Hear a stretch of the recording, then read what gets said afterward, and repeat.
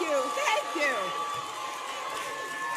Oh, it is so wonderful to be here with all of you on behalf of the Children's Defense Fund. I was listening backstage as Marion went through the 45 years that we have known each other, and even reminded me of some things that I had not recalled, namely that this event was the very first event that my husband and I went to after he was elected president. And so it's especially poignant and meaningful to me to be here again with all of you. And I want to start by congratulating the terrific young people that we are celebrating tonight.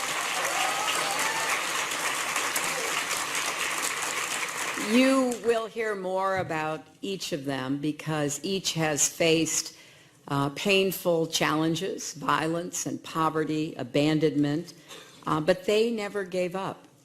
They never stopped reaching, never stopped dreaming, and yes, they have beaten the odds. They call Troy the little poet who could. He's an artist on the basketball court and a flourishing writer in the classroom, and he dreams of becoming a filmmaker. Bethany lived in one foster home after another, but with the help of a wonderful teacher and her own determination, she is thriving and hopes to become a doctor so she can care for others. Carlos left a difficult childhood in Guatemala, made it to America all by himself. Then he took a second journey, making it all the way to college, where he is studying to become an engineer. Janet's secret weapon is her beautiful voice and her musical talent. Music has helped her overcome every obstacle that life has thrown in her path. And Yushabel persevered through domestic violence at home and bullying at school, and found her voice producing a student television show at school, and now she has set her sights on becoming a journalist. These fearless, generous, open-hearted, determined young people represent a rising generation that should give us all much hope for the future. And they represent the continuing commitment of the Children's Defense Fund and Marian Wright Edelman. Now, I will admit, coming here tonight wasn't the easiest thing for me. There have been a few times this past week when all I wanted to do was just to curl up with a good book or our dogs and never leave the house again. But if there's anyone who knows how to pick yourself up and get back on your feet and get to work, it is Marian. And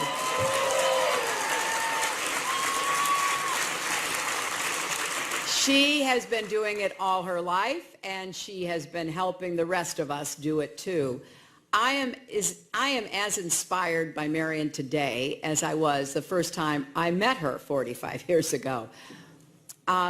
And she told the story. I was a young law student.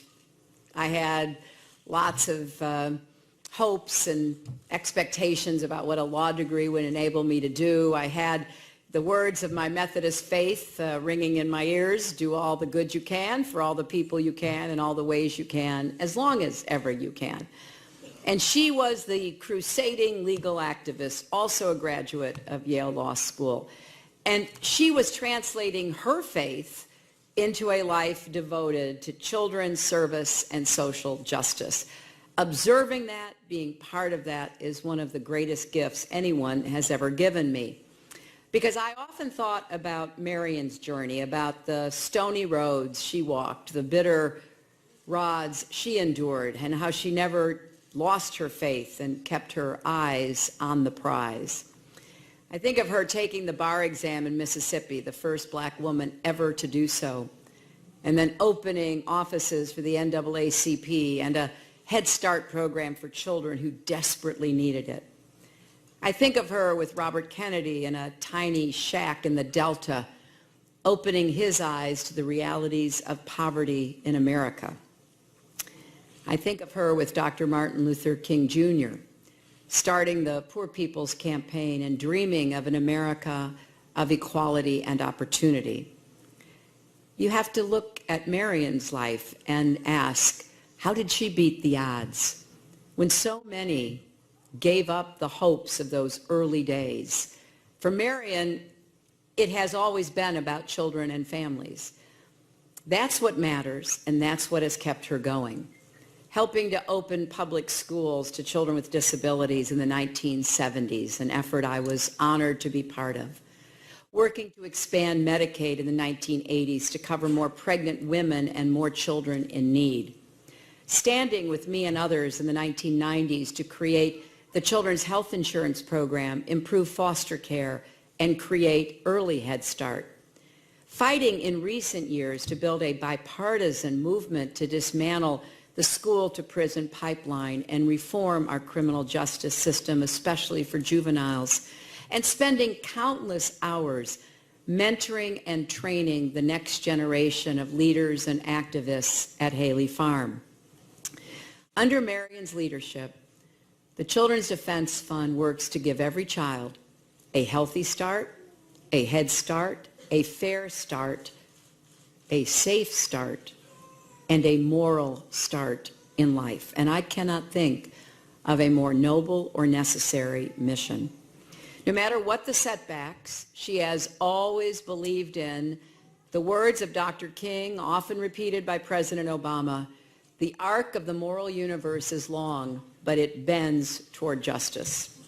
Now, sometimes it can feel awfully long. Believe me, I know, but I also know it does bend. It bends toward justice because people like Marion and so many of you, and there are people in this audience I have had the privilege of working with and admiring for so many decades. You refuse to stop pushing, and when you get knocked down, you get back up. I often quote Marion when she says that service is the rent we pay for living. Well, you don't get to stop paying rent just because things don't go your way. I know many of you are deeply disappointed about the results of the election. I am too, more than I can ever express. But as I said last week, our campaign was never about one person or even one election.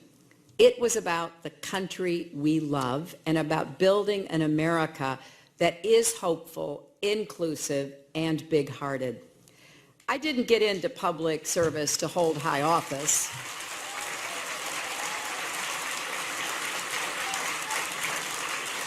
"45 years ago, that would have seemed an absolute, incredibly wrong-headed view. But I did decide to be an activist, to use my law degree to help kids. Every child deserves to have the opportunity to live up to his or her God-given potential. And I believe the measure of any society is how we treat our children. And as we move forward into a new and in many ways uncertain future, I think that must be the test for America and for ourselves. Despite the progress, and we have made progress under President Obama, more than 31 million children still live at or near poverty in America. And I hoped to have had the opportunity to build on the progress that President Obama has made, because I know that we are stronger together when we are lifting each other up. And let's be clear, when I talk about children in or near poverty, this isn't someone else's problem. These aren't someone else's children. This is America's problem because they are America's children. Child poverty isn't just an urban challenge or a Black or Latino challenge, although children of color continue to suffer disproportionately from high rates of poverty. But make no mistake, there are poor children of every race and ethnicity. 3 out of every 10 white children in America are at or near poverty. That is more than 11 million kids. And when you add in 11 million Latino children, more than 6 million Black children, 1.5 million Asian, and American Indian children, nearly 2 million children of 2 or more races, the scope and scale of this challenge becomes clear. Poor children live in every state and every congressional district, so they deserve the attention and efforts of every one of our representatives and leaders. And the measure of success must be how many children and families climb out of poverty and reach the middle class. We know what works to support kids and give them opportunities to succeed. Parents need good paying jobs, affordable quality health care and child care, to have help balancing the demands of work and family. Communities need investments that lift families up, not neglect that lets them fall further behind.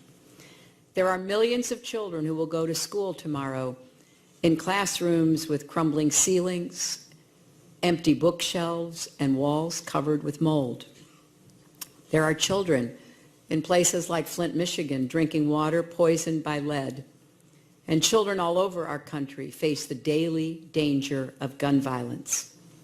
We have to ask ourselves, what are we doing to give them the safe and healthy lives they deserve? There are also children who are afraid today, like the little girl I met in Nevada who started to cry when she told me how scared she was that her parents would be taken away from her and be deported. No child should have to live with fear like that. No child should be afraid to go to school because they're Latino or African American or Muslim or because they have a disability. We should protect our children and help them love themselves and love others. So, there's a lot of work to do. As long as any child in America lives in poverty, as long as any child in America lives in fear, as long as any child, not just here, but in the world, faces these challenges, there is work to do. Girls as well as boys in every country, on every continent, deserve that chance to fulfill their own potential. And it is going to take all of us doing our part. I wrote a book 20 years ago called It Takes a Village, and a lot of people ask, what the heck do you mean by that? Well, I meant what CDF has represented and understood from the beginning. None of us can raise a family, build a business, heal a community, or lift a country by ourselves. We have to do it together. So I urge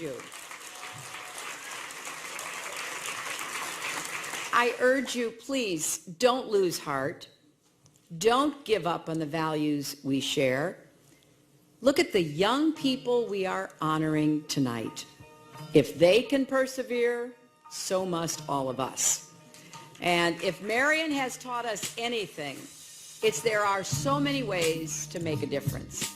Organizations like CDF have never been more important. Businesses, philanthropists, foundations, congregations of every faith have to step up too, because there's work to be done in every community, debates to be joined in city halls and state capitals. And even if it may not seem like it right now, there is common ground to build on. A lot of governors and legislatures and mayors are pioneering new ways to support parents and provide children with early learning in red states as well as blue states. Many of our most important accomplishments for the well-being of children and families have come from both parties working together, like the Children's Health Insurance Program. You know, that could never have happened without Republican leaders. Now it covers 8 million kids. And even in this presidential campaign, for the first time ever, a broad consensus emerged about the importance of affordable, quality child care and paid family leave. So we have work to do. And for the sake of our children and our families and our country, I ask you to stay engaged. Stay engaged on every level. We need you. America needs you. Your energy, your ambition, your talent. That's how we get through this. That's how we help to make our contributions to bend the arc of the moral universe toward justice. I know this isn't easy. I know that over the past week, a lot of people have asked themselves whether America is the country we thought it was. The divisions laid bare by this election run deep. But please listen to me when I say this. America is worth it. Our children are worth it. Believe in our country, fight for our values, and never, ever give up.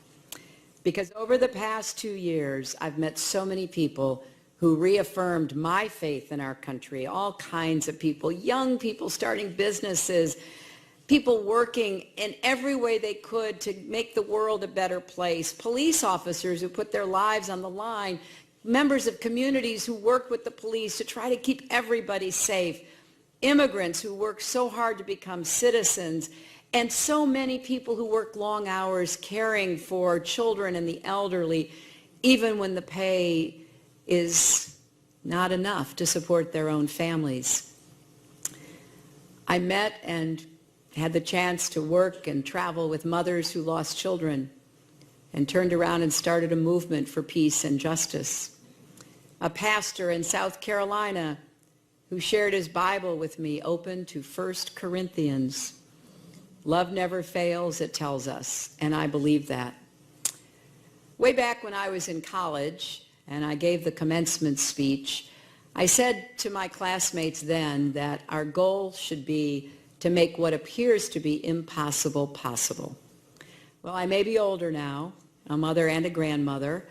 I've seen my share of ups and downs, but I still believe that we can make the impossible possible. And I will hope that the stories of the young people we're honoring tonight, Marion's story, all that she's achieved, the Children's Defense Fund has often made the impossible possible. And then finally, as some of you heard me say during the campaign, I draw hope and sustenance from another person who influenced my life and still does every day, my mother. I've talked about her difficult childhood. She was abandoned by her parents when she was just 8 years old. They put her on a train to California all by herself in charge of her little sister who was 3 years younger. She ended up in California where she was mistreated by her grandparents, ended up on her own working as a housemaid. She beat the odds. She found a way to offer me the boundless love and support she never received herself. I think about her every day, and sometimes I think about her on that train. I wish I could walk down the aisle and find the little wooden seats where she sat, holding tight to her younger sister, all alone and terrified. She doesn't yet know how much more she will have to face and even suffer. She doesn't yet know she will find the strength to escape that suffering.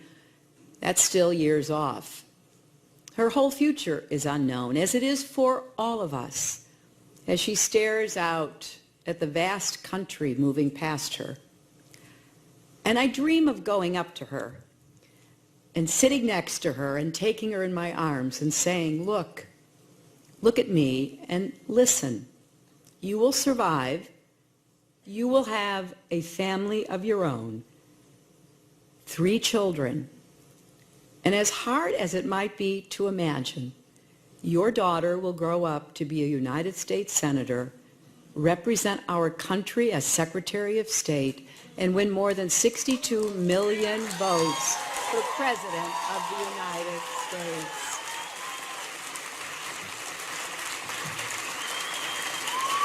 Now, I can't, and you can't go back in time and hug all those children that preceded us, but we can do that now. We can reach out to make sure every child has a champion, because I am as sure of this as anything I have ever known. America is still the greatest country in the world.